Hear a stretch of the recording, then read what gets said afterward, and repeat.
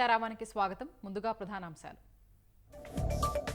రాష్ట్ర వ్యాప్తంగా విస్తారంగా వర్షాలు, నిండు కుండల్లా జలాశయాలు.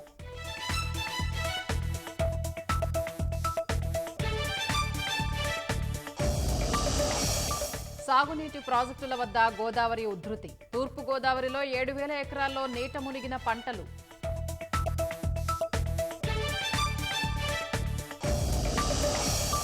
వరదకు 250 మీటర్ల మేర తెగిన పెద్దవాగు ప్రాజెక్టు కట్ట.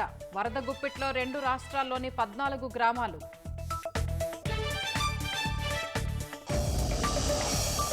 ప్రభుత్వ భూముల్లో ఇష్టారాజ్యంగా వైసీపీ నేతల వెంచర్లు. కడప నగరం చుట్టూనే 400 అక్రమ లేఅవుట్లు.